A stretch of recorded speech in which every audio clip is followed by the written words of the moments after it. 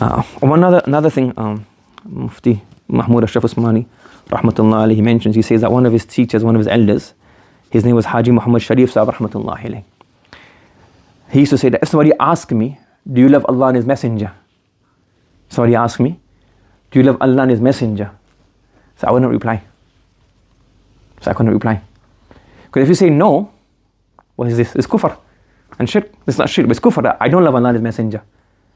But if I say yes, this is a claim that I have no evidence to provide for this. Because if you love Allah and His Rasul, what would you do? In kuntum tuhibbuna Allah, fattabi'uni yuhibbukum Allah. If you love Allah, you love His Messenger, what would you do? You would obey them. So if I claim that I love Allah, I would obey Allah subhanahu wa ta'ala. And this is tawadu, this is the humility. That I do not obey Allah the way I'm supposed to obey Him. So I'm claiming I love Allah, but I have no evidence for that. So that's a da'wah. So I would say, I wouldn't answer this question. So when he asks, do you love Rasulullah? I can't say no.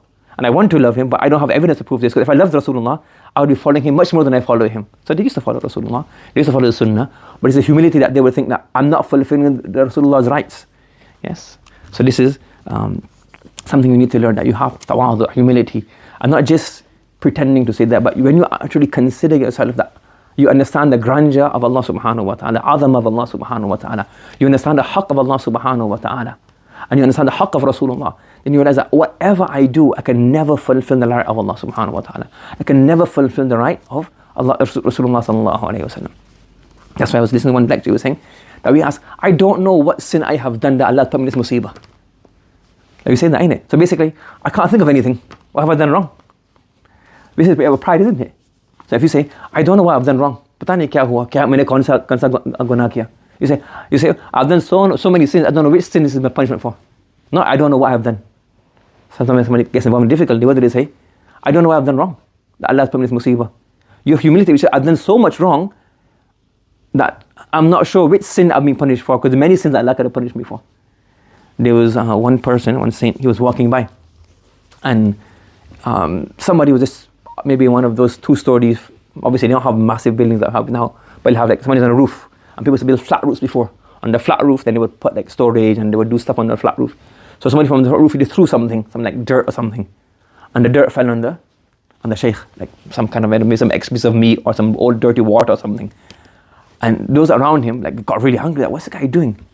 What did he do instead? He said, oh Allah, I'm thankful for you. I'm thankful to you. Because only dirt came upon me and filthy water came upon me. In reality, stones should be falling upon me because of my sins. So when the person realizes in reality his haqiqah, then automatically, then and then, the way he talks, the way he speaks, you could see humility from him. Yes. It's like, you could see when a person like is in a crowd, somebody pushes him, then the way he reacts to that, you can tell what he thinks of himself really. My teacher, Maulana Salim Sahib, he mentions a story from his teacher, Maulana Yusuf Mutala Sahib rahmatullah alayhi. He says that if you want to understand like humility, just think of yourself when you go to the haram. Yeah? And there's a large crowd, there's people pushing. Somebody pushes you left, somebody pushes you right, somebody pokes you in the back.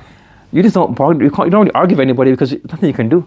You just think, it doesn't really bother you because that's how it is. Everybody's trying to get out, there's a crowd, so if you feel that way, like you don't feel, oh, how dare you push me?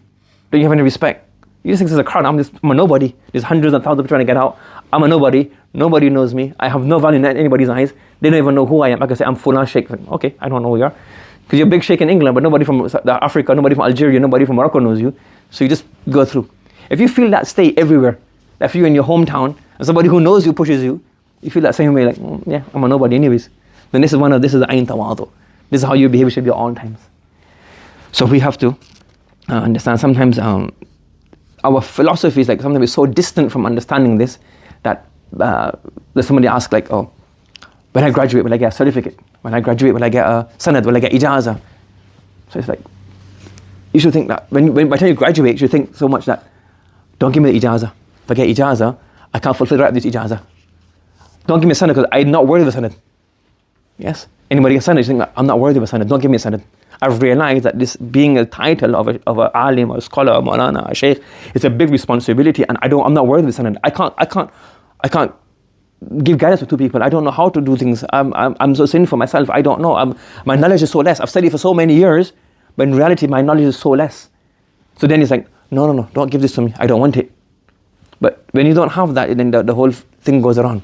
So that's why we have to always study the books of the elders, books of the Sahaba, the Tabi'un, the legacy that we have. So we actually understand, we get our thinking correct. If not, our thinking is all, when we read ulama look at us and look at how we talk and how we behave, they look at us and this is our situation. Do you understand? So we need to keep reading this, keep reading the stories, reading them, do mudhakara, so that then these qualities come into our lives. May Allah subhanahu wa ta'ala give us a bit of subhanallah wa bihamdihi subhanakallahumma wa bihamdika wa nashhadu an la ilaha illa anta wa nastaghfiruka wa natubu ilayk.